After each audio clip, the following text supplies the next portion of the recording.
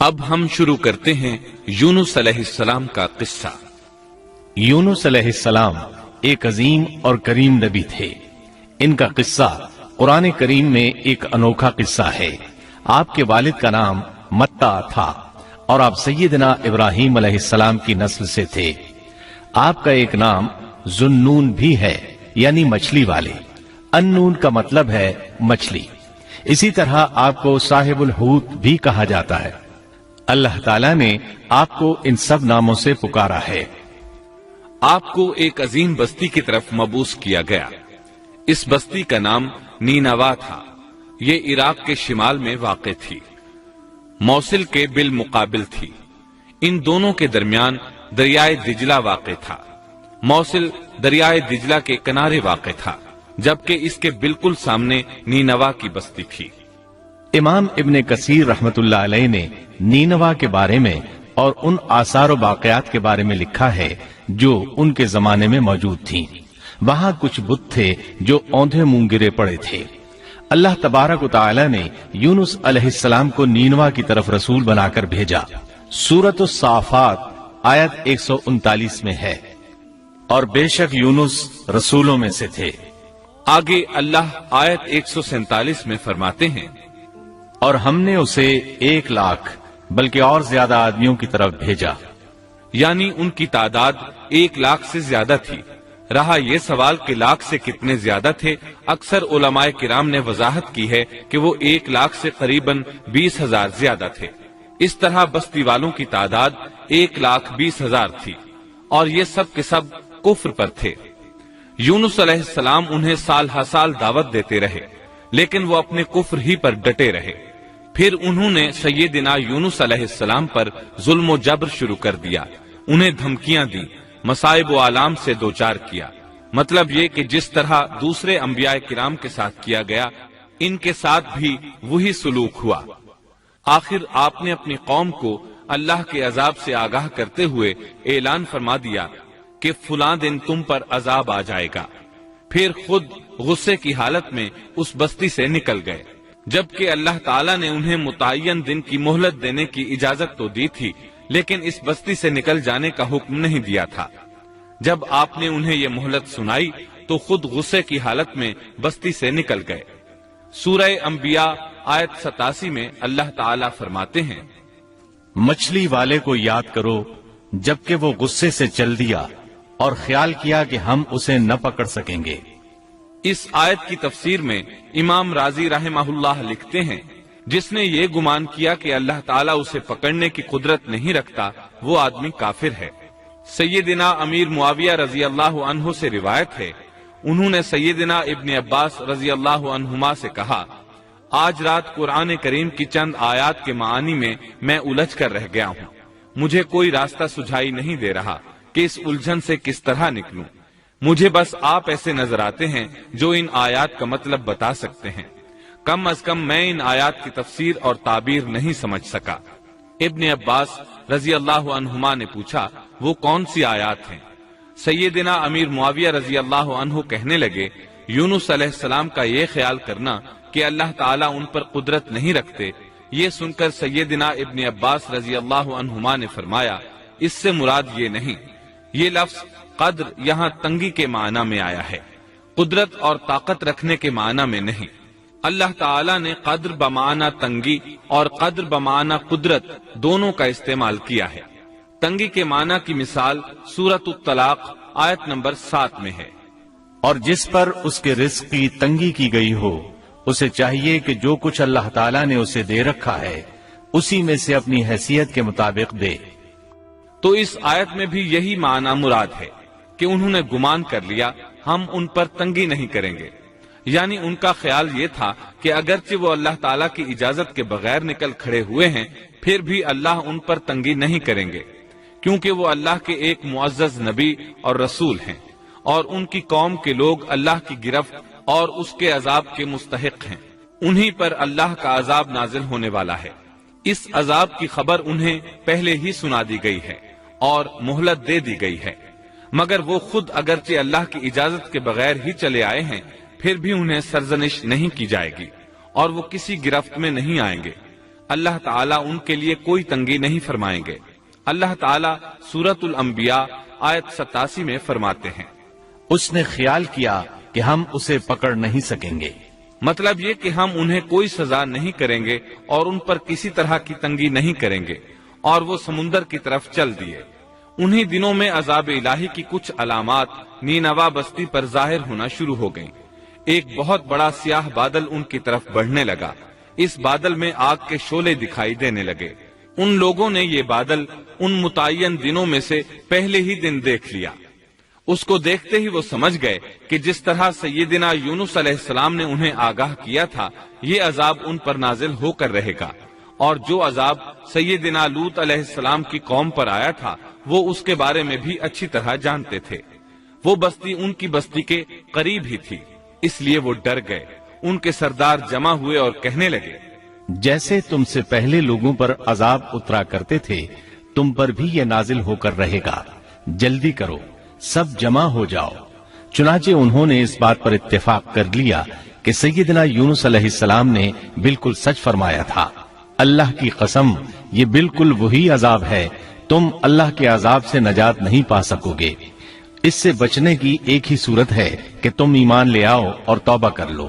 اس طرح وہ سب کے سب ایمان لے آئے، لیکن سیدنا یونس علیہ السلام وہاں موجود نہیں تھے۔ ان کی عدم موجودگی میں یہ سب کے سب یعنی 1,20,000 افراد ایمان لے آئے۔ انہوں نے پیوند لگے کپڑے پہنے اور اللہ کے حضور عاجزی، انکساری اور آہوزاری شروع کر دی، رونے لگے، اللہ سے بخشش مانگنے لگے، پھر اسی حالت زار میں باہر کھلے میدان کی طرف نکل آئے۔ ان کے سرداروں نے سب کو الگ الگ کر دیا، یہاں تک کہ ماں اور بیٹے کو بھی جدا کر دیا۔ سب اپنی اپنی جگہ پر یعنی ماں اپنی جگہ پر اور بیٹا اپنی جگہ پر آہوزاری کرنے لگے تاکہ ان پر اللہ تعالیٰ کی رحمت نازل ہو جائے۔ یہ عذاب 3 دن تک ان کے سروں پر منڈلاتا رہا، اور یہ بھی مسلسل آہوزاری کرتے رہے، اپنی عاجزی ظاہر کرتے رہے، معافیاں مانگتے رہے۔ آخر کار اللہ تعالیٰ نے ان پر رحم و کرم فرما دیا اور عذاب کو ان سے پھیر دیا۔ اللہ تعالیٰ سورہ یونس آیت 98 میں فرماتے ہیں، چنانچہ کوئی بستی ایمان نہ لائی کہ ایمان لانا اس کے لیے فائدہ مند ہوتا سوائے یونس کی قوم کے۔ مطلب یہ کہ سابقہ امتوں میں سے کسی کے بارے میں یہ سننے میں نہیں آیا کہ پوری قوم ایمان لے آئی ہو۔ تمام بستیوں میں ایک بھی بستی ایسی نہیں تھی، بس ایک یونس علیہ السلام کی قوم ایمان لے آئی۔ اللہ تعالیٰ سورہ یونس آیت 98 میں فرماتے ہیں، جب وہ ایمان لے آئے تو ہم نے رسوائی کے عذاب کو دنیاوی زندگی میں ان پر سے ٹال دیا اور ان کو ایک وقت تک کے لیے زندگی سے فائدہ اٹھانے کا موقع دیا۔ مطلب یہ کہ ہم نے انہیں دنیاوی زندگی کا لطف اٹھانے کا موقع دیا۔ اب اس قوم پر قیامت کے دن تک عذاب نہیں اترے گا۔ علامہ ابن کثیر رحمت اللہ علیہ فرماتے ہیں، اس آیت کریمہ کا مفہوم یہ ہے کہ کسی بستی کے تمام باشندے کسی نبی پر کبھی ایمان نہیں لائے، یا تو سب نے کفر کیا یا پھر اکثر نے کفر کیا۔ لیکن یونس علیہ السلام کی قوم واحد ایسی قوم ہے جو تمام کی تمام عذاب الہی کے آثار دیکھ کر ایمان لے آئی۔ سابقہ ادوار میں جتنی بھی بستیاں گزری ان میں اہل ایمان کے ساتھ یا تو کفار رہے ہیں یا ان میں منافقین بھی رہے ہیں، سوائے یونس علیہ السلام کی قوم کے وہ سب کے سب کافر تھے، پھر سب کے سب ایمان لے آئے۔ یہ اللہ تعالیٰ کے عجائبات میں سے ہے اور اس کی قدرت اور رحمت کی نشانیوں میں سے ہے۔ اب دوسری طرف کی سنیے، یونس علیہ السلام کو کچھ معلوم نہیں تھا کہ ان کی قوم کے ساتھ کیا ہوا۔ آپ تو غصے کی حالت میں بستی سے نکل کر سمندر کی طرف چلے آئے تھے۔ آپ ایک کشتی کی طرف آئے، اس میں سواریاں اور ساز و سامان لدا ہوا تھا۔ اللہ تعالیٰ سورۃ الصافات آیت 140 میں فرماتے ہیں، جب وہ بھاگ کر بھری کشتی پر پہنچے، کشتی روانہ ہوئی، موجیں اٹھیں، سمندر میں طغیانی آئی، یوں لگتا تھا کہ بس ابھی غرق ہوئے۔ کہنے لگے، بوجھ ہلکا کرو، اپنا ساز و سامان سمندر میں پھینک دو۔ چنانچہ انہوں نے اپنا اپنا ساز و سامان سمندر میں پھینک دیا۔ اس طرح کشتی کچھ ہلکی ہو گئی، لیکن ضرورت کے مطابق ہلکی نہ ہو سکی۔ اب وہ کہنے لگے، کسی کو سمندر میں گرانا ضروری ہے تاکہ کشتی مزید ہلکی ہو جائے، ورنہ یہ ڈوب جائے گی، جلدی کرو، قرع ڈالو۔ جس کے نام کا قرا نکلتا جائے اسے سمندر میں گراتے جاؤ اور بار بار یہ عمل دہراتے جاؤ یہاں تک کہ کشتی ہلکی ہو جائے۔ چنانچہ قرا ڈالا گیا۔ سب سے پہلے یونس علیہ السلام کا نام نکلا۔ سب کہنے لگے نہیں، یہ تو ایسے نہیں ہیں، ان کے چہرے پر تو سجدوں کے نشانات ہیں، انہیں رہنے دو، پھر قرا ڈالو۔ چنانچہ پھر قرا ڈالا گیا، پھر انہی کا نام نکلا۔ سب نے تعجب کیا۔ تیسری مرتبہ پھر قرا ڈالا گیا، اس بار پھر یونس علیہ السلام ہی کا نام نکلا۔ اللہ تعالیٰ سورۃ الصافات آیت 141 میں فرماتے ہیں، پھر قرآن اندازی ہوئی تو یہ مغلوب ہو گئے۔ ہر بار انہی کا نام نکلا۔ آخر کار ان لوگوں نے انہیں پکڑ کر سمندر میں گرا دیا۔ تو پھر انہیں مچھلی نے نگل لیا۔ حوت بڑی مچھلی کو کہتے ہیں۔ اللہ تعالیٰ نے حوت کو القاء فرمایا، انہیں کھانا نہیں، نہ ان کے جسم کو کوئی گزند پہنچے۔ یہ اس مچھلی کو اللہ تعالیٰ کے احکامات تھے۔ اللہ تعالیٰ سورۃ الصافات آیت 142 میں فرماتے ہیں، تو پھر انہیں مچھلی نے نگل لیا اور وہ خود اپنے آپ کو ملامت کرنے لگے۔ یعنی وہ سمجھ گئے کہ بار بار جو ان کا نام قرآن اندازی میں نکلتا رہا ہے تو وہی مقصود ہیں، چنانچہ خود کو ملامت کرنے لگے، اور یہ ملامت توبہ کی ابتدا ہے کہ انسان خود کو ملامت کرتا ہے۔ اب یونس علیہ السلام مچھلی کے پیٹ میں تھے۔ اللہ کی قدرت، آپ مچھلی کے پیٹ میں 3 دن تک رہے۔ بعض روایات میں 7 دن اور زیادہ سے زیادہ مدت 40 روز آئی ہے۔ آپ نے مچھلی کے پیٹ میں اللہ تعالیٰ کو پکارا۔ اللہ سورۃ الانبیاء آیت 87 میں فرماتے ہیں، آخر کار وہ اندھیروں کے اندر سے پکار اٹھے۔ علماء نے یہاں 3 اندھیروں کا ذکر کیا ہے، مچھلی کے پیٹ کا اندھیرا، سمندر کا اندھیرا اور رات کا اندھیرا۔ گویا ان پر یہ سارے اندھیرے اکٹھے ہو گئے تھے۔ اللہ سورۃ الصافات آیت 143 اور 144 میں فرماتے ہیں، پس اگر یہ پاکی بیان کرنے والوں میں سے نہ ہوتے تو لوگوں کے اٹھائے جانے کے دن تک اس کے پیٹ ہی میں رہتے۔ مطلب یہ کہ اگر آپ اللہ تبارک و تعالی کی تسبیح نہ بیان کرتے تو مچھلی کے پیٹ ہی میں رہتے۔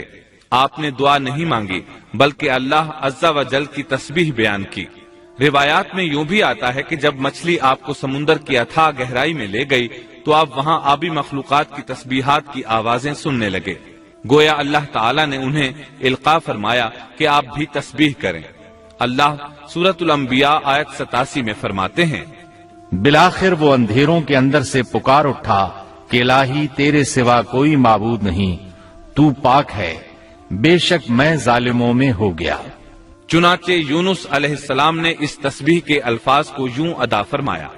امام احمد، امام ترمذی، امام نسائی اور دیگر ائمہ رحمہم اللہ نے یہ حدیث نقل کی ہے کہ یونس علیہ السلام کی وہ دعا جو انہوں نے مچھلی کے پیٹ میں مانگی تھی وہ یہی ہے۔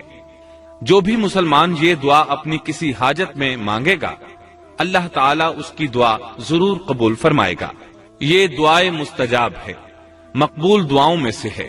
اسی دعا کے بعد اللہ تعالیٰ نے یونس علیہ السلام کو اس پریشانی سے نجات عطا فرمائی۔ اللہ سورۃ الانبیاء آیت 88 میں فرماتے ہیں، تو ہم نے اس کی پکار سن لی اور اسے غم سے نجات دے دی، اور ہم ایمان والوں کو اسی طرح بچا لیا کرتے ہیں۔ ایک صحابی نے نبی کریم صلی اللہ علیہ وسلم سے پوچھا، اے اللہ کے رسول صلی اللہ علیہ وسلم، یونس علیہ السلام نے جو دعا مچھلی کے پیٹ میں مانگی کیا وہ صرف انہی کے لیے تھی یا ان کے بعد اہل ایمان کے لیے بھی ہے؟ تو آپ نے فرمایا، یہ دعا یونس علیہ السلام کے لیے خاص تھی اور سب اہل ایمان کے لیے عام ہے۔ کیا تم نے اللہ تعالیٰ کا یہ فرمان نہیں سنا؟ اور ہم ایمان والوں کو اسی طرح بچا لیا کرتے ہیں۔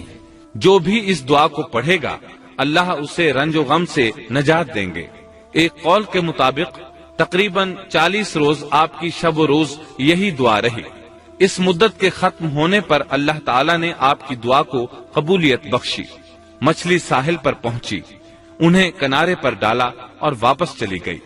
اس بات کو اللہ تعالیٰ نے سورۃ الصافات آیت 145 میں یوں بیان فرمایا ہے، بس اسے ہم نے چٹیل میدان میں ڈال دیا اور وہ اس وقت بیمار تھے۔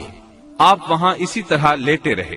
پھر اللہ کی قدرت سے آپ کے قریب ایک بیلدار درخت اگا، جیسا کہ سورۃ الصافات آیت 146 میں ہے۔ اور اس پر سایہ کرنے والا ایک بیلدار درخت ہم نے اگا دیا۔ اس کدو کے درخت کے متعلق مورخین کا کہنا ہے کہ اللہ تعالیٰ نے اس درخت کا انتخاب اس لیے فرمایا تھا کہ اس درخت کے پتے چوڑے ہوتے ہیں، ان کے سائے میں انہیں ڈھانپ دیا گیا تاکہ ہوا سے اذیت نہ پہنچے، اس لیے کہ ان کے جسم سے جلد اتر گئی تھی۔ پھر اس درخت سے خوشکن خوشبو بھی آتی تھی، اس خوشبو نے انہیں فرحت بخشی۔ پھر کدو کی خوشبو میں ایک خصوصیت یہ تھی کہ حشرات الارض کو دور رکھتی ہے۔ اللہ تعالیٰ نے انہی خصوصیات کی وجہ سے اس بیلدار درخت کا انتخاب فرمایا تھا تاکہ آپ ہر طرح کی تکلیف سے محفوظ رہیں۔ یہ ہے اللہ کی قدرت، سبحان اللہ۔ اسی طرح مفسرین یہ بھی کہتے ہیں کہ اللہ تعالیٰ نے ان کے پاس ایک پہاڑی بکری بھیج دی، وہ آپ کے قریب آتی اور آپ کے سر کے اوپر اپنی ٹانگیں پھیلائے کھڑی ہو جاتی، اس طرح اس کے تھن آپ کے منہ میں چلے آتے اور آپ ان سے خواہش کے مطابق دودھ پیتے۔ یہ تھا آپ کا کھانا اور پینا۔ رفتہ رفتہ آپ کی حالت بہتر ہو گئی، توانا اور تندرست ہو گئے، پھر آپ اٹھنے کے قابل ہو گئے، اور یہ سب اللہ تعالیٰ کی مہربانی سے ہوا۔ جب آپ کی صحت لوٹ آئی تو اللہ تعالیٰ نے آپ کو پھر آپ کی قوم کی طرف بھیجا، جیسا کہ سورۃ الصافات آیت 148 میں ہے، اور ہم نے اسے 1,00,000 بلکہ اور زیادہ آدمیوں کی طرف بھیجا، پس وہ ایمان لے آئے اور ہم نے انہیں ایک زمانے تک عیش و عشرت دی۔ وہ سب کے سب آپ پر ایمان لے آئے تھے۔ اللہ تعالیٰ نے اس قصے کے ذریعے نبی کریم صلی اللہ علیہ وسلم کو اشارہ فرمایا ہے کہ دعوت دیتے ہوئے اکتانا نہیں۔ اللہ سورۃ القلم آیت 48 میں فرماتے ہیں، اور مچھلی والے کی طرح نہ ہو جائیے، ان لوگوں کو دعوت حق دیتے رہیے، دیکھیے وہ سال ہر سال دعوت دیتے رہے لیکن اکتائے نہیں، ان سے مایوس نہیں ہوئے، ان کی پوری بستی میں سے ایک بھی ان پر ایمان نہیں لایا تھا، لیکن جب ان سے مایوس ہو گئے تو انہیں اللہ کے عذاب سے آگاہ کر دیا اور منہ پھیر کر چل دیے تو وہ سب کے سب ایمان لے آئے۔ اللہ تعالی سورۃ القصص آیت 56 میں فرماتے ہیں، آپ جسے چاہیں ہدایت نہیں دے سکتے، بلکہ اللہ تعالیٰ ہی جسے چاہتا ہے ہدایت دیتا ہے۔ اس قصے میں بہت بڑا سبق ہے کہ کسی بھی حالت میں اللہ کی رحمت سے مایوس نہیں ہونا چاہیے اور نہ ہدایت کے معاملے میں اپنی ذات پر بھروسہ کرنا چاہیے۔ ہدایت تو بس صرف اللہ تعالیٰ ہی کی طرف سے ہے، آپ کے ذمے تو پیغام حق پہنچا دینا ہے۔ اللہ سبحانہ و تعالیٰ کے ذمے ہدایت سے نوازنا ہے۔ اللہ تعالیٰ نے انہیں پاک صاف بنا دیا، انہیں چن لیا۔ اللہ خود ہی سورۃ القلم آیت 50 میں وضاحت فرماتے ہیں، اسے اس کے رب نے پھر نوازا اور اسے نیک لوگوں میں کر دیا۔ امام مسلم نے ایک حدیث روایت کی ہے کہ نبی کریم صلی اللہ علیہ وسلم نے فرمایا، تم میں سے کوئی شخص ہرگز یہ نہ کہے کہ میں یعنی محمد یونس بن متا سے بہتر ہوں، یعنی یوں نہ کہے کہ میں سیدنا یونس علیہ السلام سے افضل ہوں، وہ اس طرح کہ وہ تو اپنی قوم کے ایمان لانے سے مایوس ہو گئے تھے اور میں مایوس نہیں ہوں، اس طرح بالکل نہ کہے، کیونکہ بالآخر اللہ تعالیٰ نے آپ کو چن لیا اور برگزیدہ بنا لیا اور صالحین میں داخل کر لیا۔ اس واقعے میں نبی کریم صلی اللہ علیہ وسلم کو جو ہدایت دی گئی ہے اس کا ذکر سورۃ القلم آیت 41 میں آتا ہے، پس تو اپنے رب کے حکم کا صبر سے انتظار کر اور مچھلی والے کی طرح نہ ہو جا۔ مطلب یہ کہ یونس علیہ السلام کی مانند نہ ہو جائیے جو اپنی قوم کے ایمان لانے سے مایوس ہو گئے تھے۔ یقیناً دین کی دعوت اور حق کے پرچار میں یہ بہت عظیم سبق ہے کہ دائی اللہ کو کبھی مایوس نہیں ہونا چاہیے۔ یونس علیہ السلام کا قصہ ختم ہوا